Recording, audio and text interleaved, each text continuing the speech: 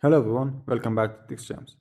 Is your iPhone overheating, getting unusually warm, or draining battery faster after the iOS 27 update? Don't worry, this is something many users notice after installing a major iOS update. In this video, I will show you the most effective ways to cool down your iPhone and reduce overheating. Make sure you watch until the end because one of these fixes could solve the problem. So let's get started. The first method is wait a few days after updating. First, don't panic if your iPhone feels warm right after installing iOS 27. After a major update, your iPhone spends time indexing files, optimizing photos, rebuilding search results, and completing other background tasks. During this process, it's completely normal for the phone to get warmer than usual.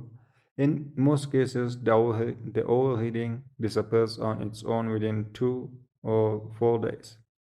If your iPhone is still overheating after that, move on to the next fixes. The second one is reduce visual effects. One of the easiest ways to reduce heat is by disabling some visual effects. Open the Setting app, scroll down and tap Accessibility. Tap Display and Text Size. In here, just simply turn on Reduce Transparency. Now, go back to the Accessibility menu. In here, tap Motion. Then, turn on Reduce Motion. These settings reduce some of the animation and visual effects in iOS, which may help your iPhone stay cooler.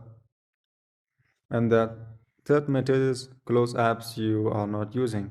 Another simple thing you should do is close apps after you are finished using them. Some apps continue running in the background even after you leave them. If you are using heavy apps like games, video editors, or social media for a long time, they can generate extra heat. Closing apps you no longer need may help reduce your iPhone's temperature.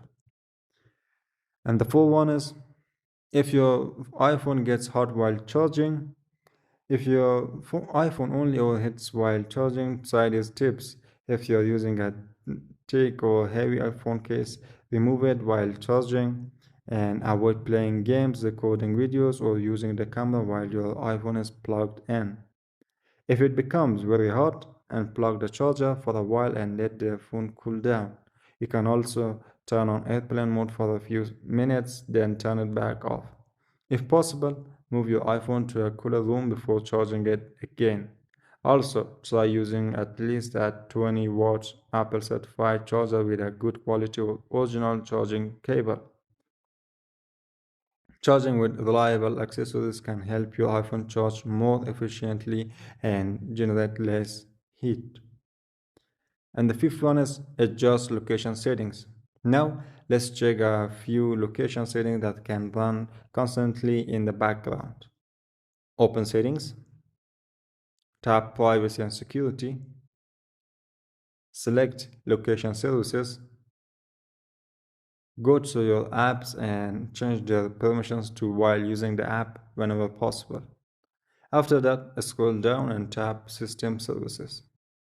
Turn off networking and wireless. Then tap Significant Locations. Authenticate with Face ID or your passcode if prompted. If you don't use this feature, turn Significant Locations off. These changes can reduce background activity and may help lower uh, your iPhone's temperature. And the number six is update your apps. Another common reason for overheating is outdated apps. Open the App Store, tap your profile picture in the top right corner. If you see any available updates, tap Update All. Some apps may not be fully optimized for the latest version of iOS and can continue using extra resources until they are updated. And the number seven is install the latest iOS update. If you're using an early version of beta or iOS 27, check for a newer update.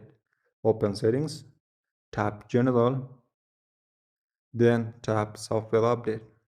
Apple frequently releases updates that fix overheating, battery drain, and performance issues. Installing the latest version may solve the problem. And hopefully, one of these solutions helps stop your iPhone from overheating. If your iPhone is still getting extremely hot even after several days and none of these fixes worked, the issue could be related to hardware, and it may be a good idea to contact Apple support or visit an Apple authorized service provider. If this video helped you, don't forget to like, subscribe to TechChamps, and I will see you in the next video.